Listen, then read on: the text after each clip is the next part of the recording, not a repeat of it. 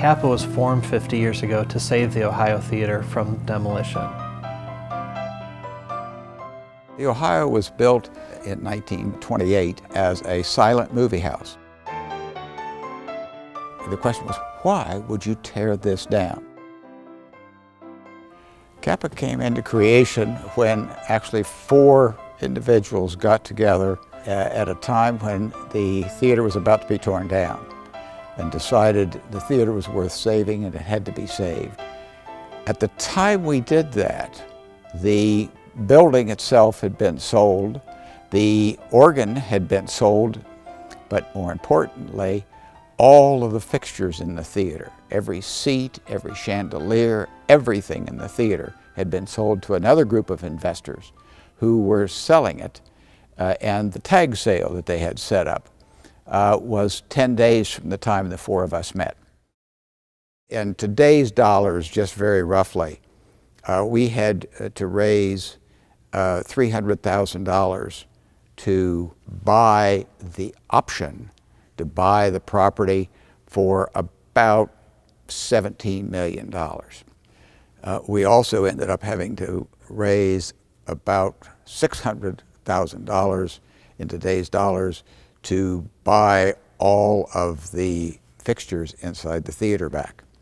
In order to do that, we had to create an organization that would be a charitable organization, which is CAPA. So the idea was we would basically convert it into a performing arts center. But they didn't call it the Ohio Theater Association. They always had a bigger plan than that, and that's why they named it the Columbus Association for the Performing Arts. And over these 50 years, we've kind of grown into that name. CAPA is a lot of different things. People tend to have a thought that we're the Broadway series or we're the Ohio Theater, and there's a lot more to that.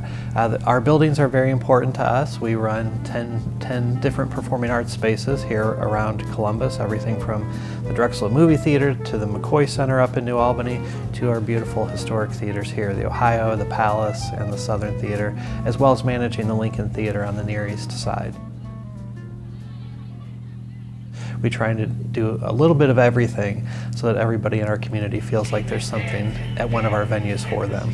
And that's why right now we're focused on growing our education program.